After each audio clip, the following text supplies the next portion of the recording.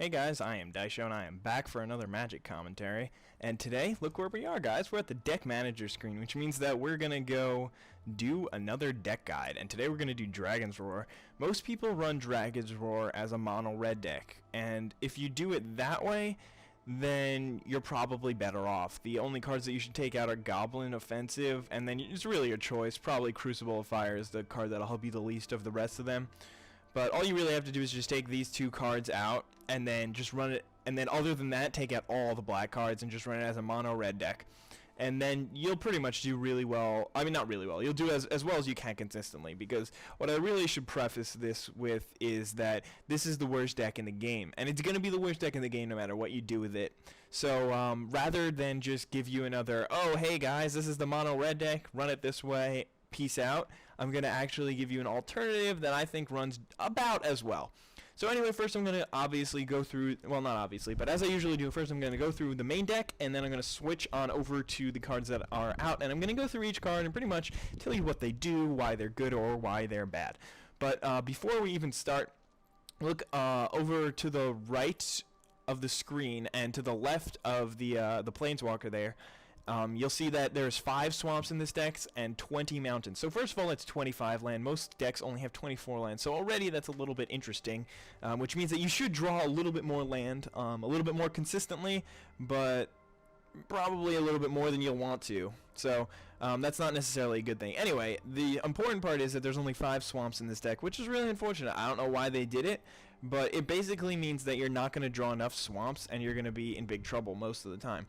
But anyway, I'm going to go through it now. Burst Lightning is a really good card. It is instant and it deals 2 damage to target creature or player. It's a 1 cost, 1 red, so it basically is just a really good kill card early on in the game.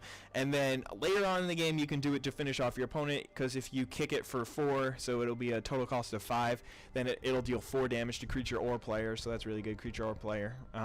Disfigure's a really good card also.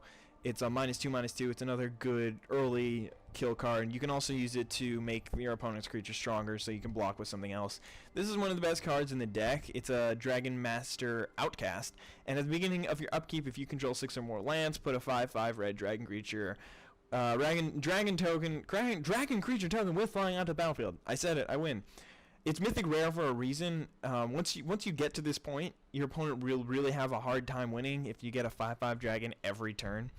So chances are they'll kill it. So what you want to do is you want to wait until you already have 5 lands and the other one in hand to make sure that you'll be able to do it the next turn, and then that way they have less time to kill it. Maybe they'll spend their kill cards on other stuff.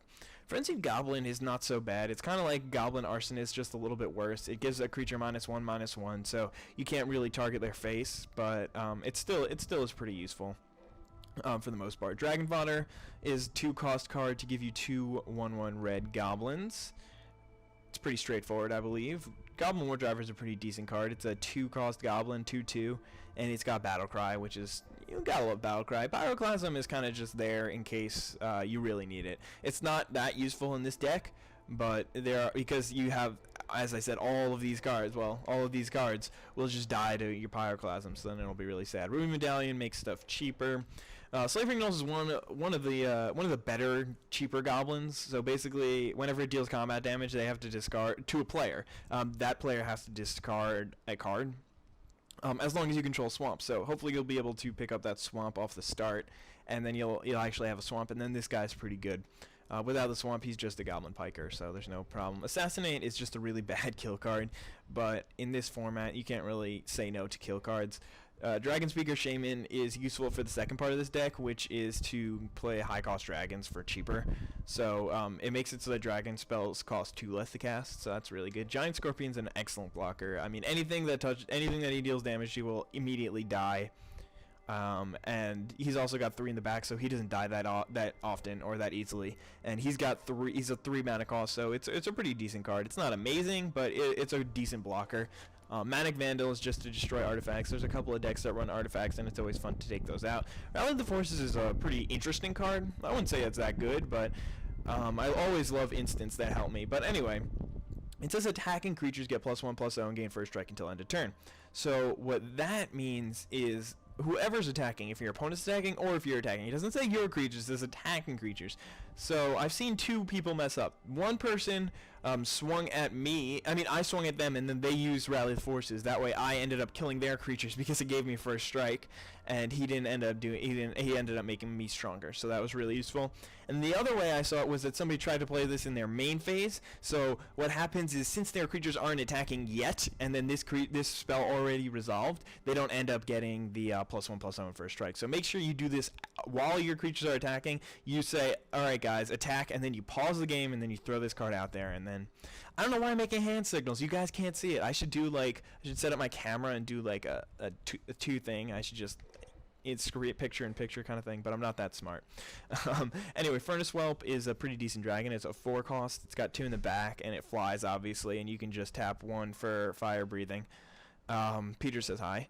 Voracious Dragon is a 5 cost dragon, and it has Devour 1, and when it eats goblins, then it deals twice that much damage to your opponents. So this isn't one of the best cards in the deck, because I mean, it's a good card because you got a lot of goblins like dragon fodder and stuff, and it could sometimes really be useful. Anyway, if you didn't know what Devour was, I forgot to explain that, is this creature comes into the field, and then you can choose creatures to sacrifice, and then however many creatures you sacrifice, this creature gets that many +1/+1 counters. But anyway, Flamelast Dragon, you guys should know him. You've seen him last game, and he's in Unquenchable Fire. But anyway, he's a 5/5 flyer. Whenever he attacks, you can pay X in red, and you can do to target creature or player. You can deal that much damage.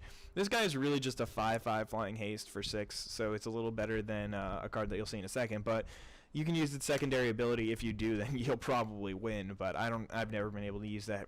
And then there's Rorix, who's a 6/5 flying haste. And then, I mean, I just had room for one of these guys. I really don't think that they're such a good card. It's a 6 cost flying haste 4/4, so it's not a bad card, but it's really expensive. And there's a couple more in the deck, but I'll show them to you. Anyway, Raging Goblin is a really bad card. I mean, everybody's so excited when they have it, but like, it's a 1 cost 1/1.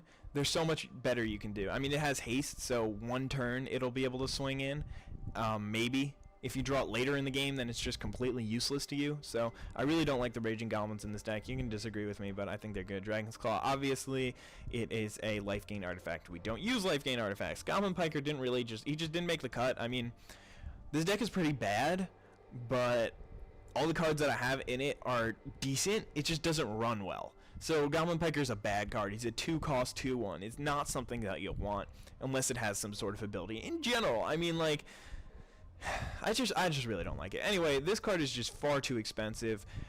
Just think about it. You're paying 6 mana to get 3 creatures, to get 3 1/1s. You're paying 7 mana to get 4 1/1s. At that point, it starts to get worth it. But in general, you're paying 4 mana to get a 1/1 creature. So once you get to that point, it's really it's not good at all. Crucible of Fire makes your dragons really strong, but it's kind of expensive, and you don't really have that many turns at that point. And then to spend an entire turn to give your dragons +3/+3, sometimes it's worth it, not always. I mean, this is definitely one of the cards that's on the board. I'm not saying it's a bad card. This is definitely a good card, but I don't know how well it will perform in this deck. Gravedigger is good, but it's expensive, and I don't think it's really worth in this deck. There's nothing that's really worth reviving, I mean, except for, let's go back, except for this guy. This guy would be the only guy really worth reviving. I don't know. And then I took 3 of these guys. I put 1 of these guys in, but in general, I don't really like them. They're too big. They're not bad cards, I'm saying. But like, for the version of the deck that I'm running with some control, I really don't like them. And then there's Furyburn Hellkite, which is... It's just a fun card to play because you can play it, and then it's a 12/12, but it's 7 cost. It's so expensive. I mean, it is really fun to play. You can for sure just take this dude out and put this guy in. But anyway, that's basically it for my run through. This has been Dragon's Roar. It's the worst, in my opinion. It is the worst deck in the game.